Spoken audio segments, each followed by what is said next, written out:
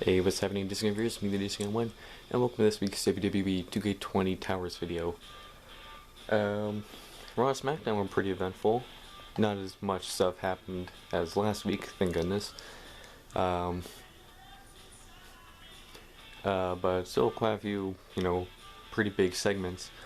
But before we get into that, we have to talk about the unfortunate passing of Kamala, the Ugandan giant. He passed away on August 9th at the age of 70. So he lived pretty long. No, I don't want 4 horsewomen. You know what? Let me see that again. Okay. I just saw that there was a bunch of empty slots.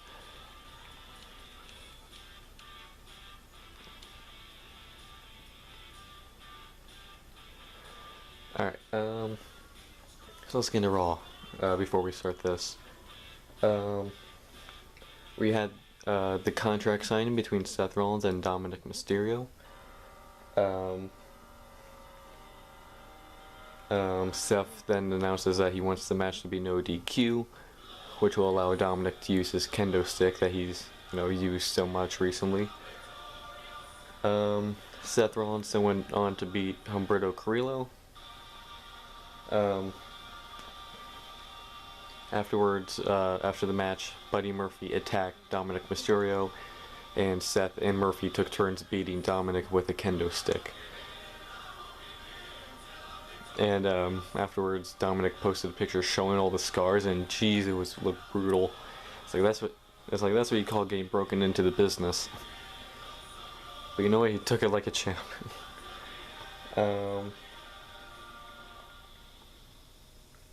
In a match between Angelo Dawkins and Andrade Cien Almas, Zelina Vega kept, interfering, distracting the ref, and then Bianca Belair ran out to take out Vega, and thanks to that distraction, Angelo Dawkins beat Almas. Afterwards, it was Vega versus Belair, and yeah, Bianca won pretty easily.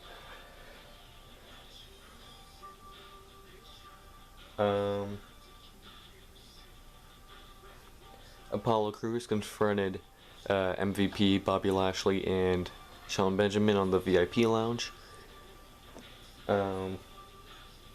before clearing the ring and throwing a couch over the top rope like it was nothing. Afterwards, in the following match, Shelton Benjamin actually beat Crews due to a roll-up, the most dangerous move in all of wrestling. After the match, the Hurt Business, I guess that's what they're called, confronted cornered Crews. MVP stuck his hand out, kind of saying that he doesn't want him to get hurt for their match. Apollo didn't take kindly to that and took out MVP before bolting out of the ring.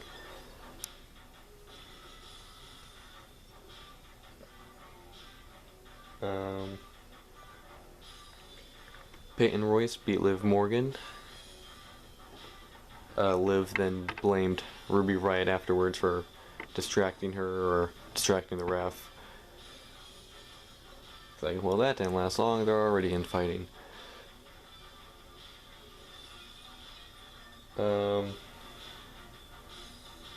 Asuka beat Bayley, which means she got to face Sasha Banks at SummerSlam for the SmackDown Women's title. Or no, Raw Women's title. Yeah, Raw Women's title, because Banks is the Raw Women's champion.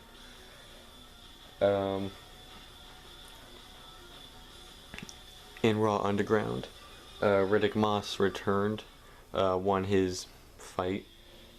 They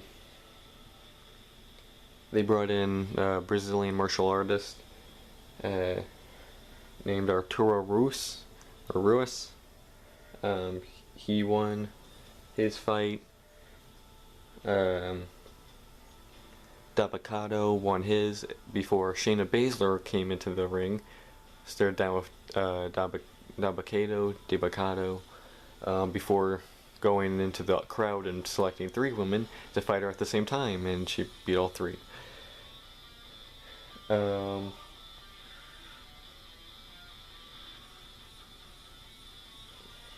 The Viking Raiders, Cedric Alexander, and Ricochet beat Akira Tozawa and some of his ninjas. Afterwards, Akira and one of his ninjas started going up the ramp before a ref walked out, and it revealed that Truth was actually hidden as one of the ninjas rolled up Akira and won the 24/7 title. The main event, Randy Orton beat Kevin Owens. Afterwards, Ric Flair made this big speech to Orton how he's done more than his father ever did, just like Charlotte has done more than he did. Orton then hugged Flair before low blowing him and punting him, which I would say was surprising.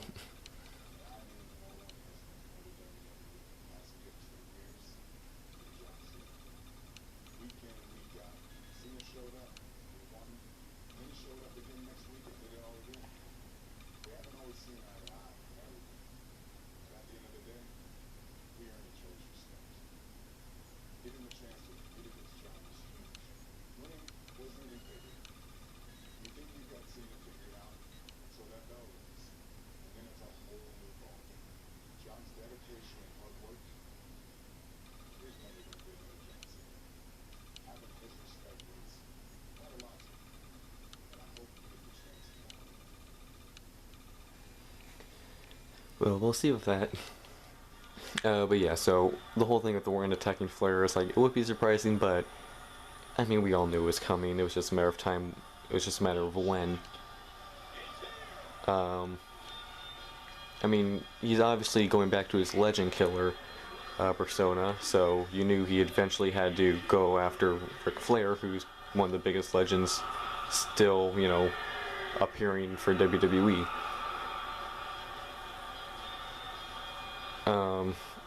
But I will say they executed it really well, like with the hug that they did.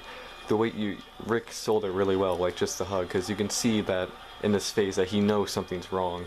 Like, it's like, Orton never does this. He never shows like this emotion, or, you know, does this compassion. So you can see it in his face that he's kind of worried that something might happen.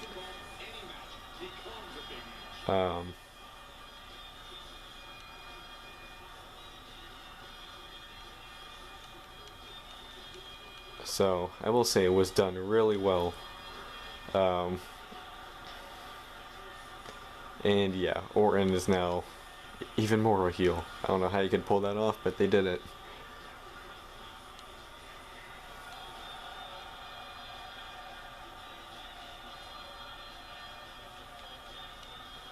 Alright, big boy John.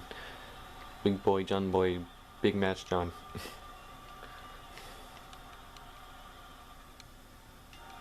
Right, here we go. Boom.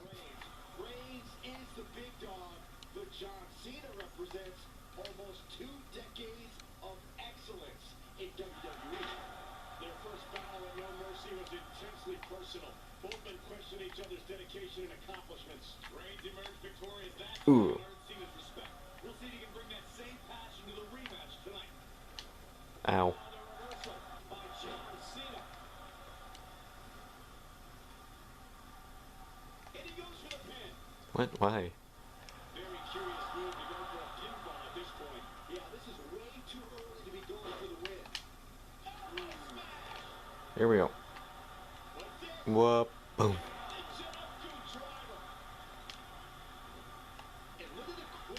Ow. Gotcha. Alright, let's get into SmackDown. So the show opened up with Big E versus John Cena. I mean, yes, Big E versus John Cena. John Cena returned on SmackDown to face Big E. No, Big E versus John Morrison. Before the match could start, Retribution attacked, taking out both of them before running off. We then cut to backstage where Big E and John Morrison and several other wrestlers are kind of just hanging out back. Corbin comes in saying he's gonna, you know, be the leader of the locker room. Big E kind of pretty much laughs at him for saying that.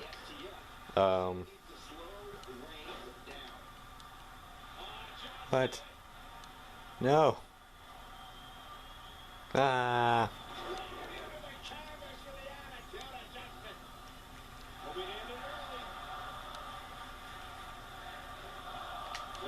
Aha.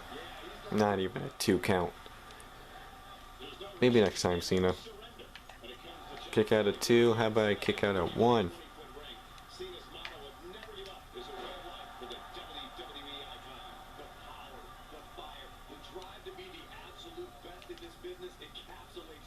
Here we go.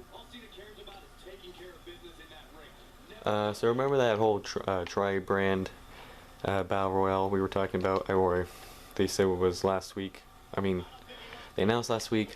They said the winner faces Bailey at SummerSlam.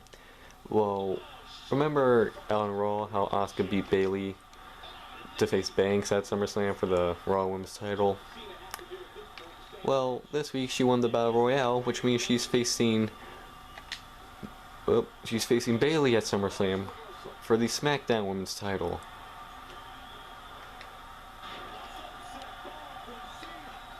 And now there was actually a lot of people who could have won. I mean, there was Asuka, Shayna Baszler, Bianca Belair, and a few other people. But yeah, it wasn't going to come down to, you know, those three. So that means Asuka has 2 Women's Championship matches at SummerSlam against Banks and Bailey. So that'll be interesting.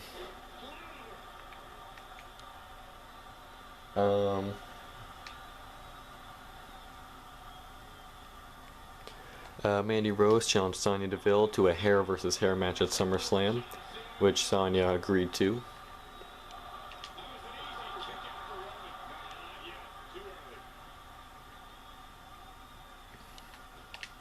Hello. Had to get some momentum off the ropes. Here we go. Sheamus beat Chad Gable. 'Cause why not?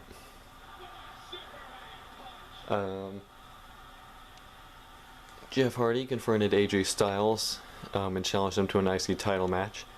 AJ refused. And Jeff then took out AJ. Now the funniest thing about that segment was that AJ brought out this chart basically showing a bunch of stuff about the IC title, but with him he brought out Joseph Parks, who was also known as Abyss for about 15 years. Over 15 years really, when he worked with Styles in TNA. So it was fun to see the two of them out together again.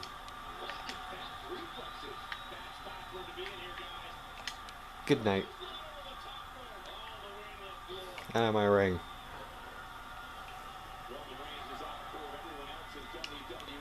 Yeah.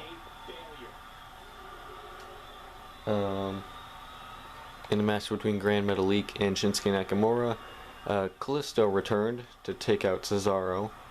And Grand Metalik actually beat Shinsuke Nakamura, which, I mean, if Shinsuke was a singles competitor and lost to Grand Metalik, I'm pretty sure more people would be upset, but I guess because he's a tag wrestler, you can accept him losing to another tag wrestler. Like a guy who's not really main eventer. But still, I mean, this is Shinsuke Nakamura. This was the guy who, when they brought him in, he was unbeatable.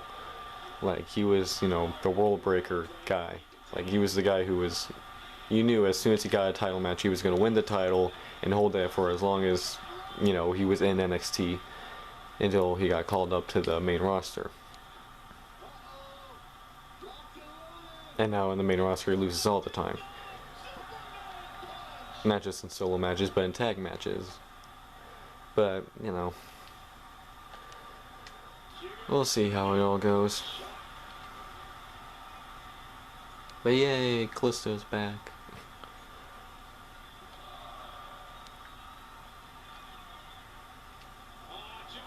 Ah.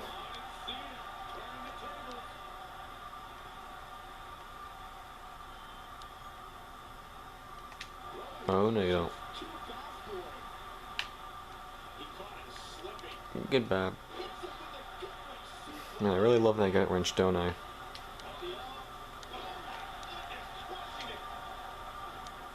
Turnover. Ugh. Alright, here we go. So we get Big E versus John Morrison again, to make up for the fact that we didn't get to see the match earlier in the night. A bunch of wrestlers surrounded the ring to make sure that Retribution couldn't, interfere this time. But they made the mistake by coming out to the ring because Retribution went backstage, taking out a bunch of refs and officials backstage. Ooh. So a bunch of wrestlers ran backstage to help out, leaving Big E and John Morrison in the ring, which then Big E won the match. Afterwards, Sheamus came out, took out Big E. And then Braun Strowman came out, calling out The Fiend. What?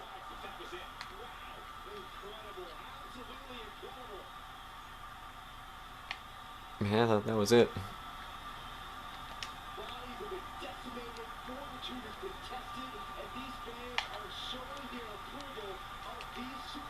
Here we go. So yeah, Braun comes out to call it The Fiend. Bliss then comes out trying to, talk some sense into Braun. Backfires when Braun picks her up over his head in a gorilla press, threatening to, beat her up if The Fiend doesn't come out. The Fiend then eventually does come out, enters the ring, but finds that it's only him and Alexa in the ring. Braun then appears on the Titantron, starts doing his weird laugh, and is then joined by The Fiend, who laughs along with him. There we go.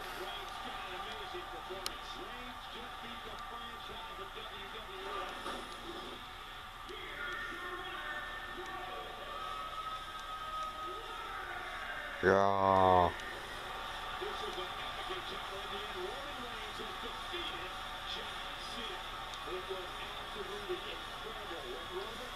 So yeah, that whole thing with Braun is like pretty intense going on right now. And this is something that people have mentioned before, and I've even referenced how you see a running pattern that every time someone faces The Fiend, it changes them. Like it changed Finn Balor,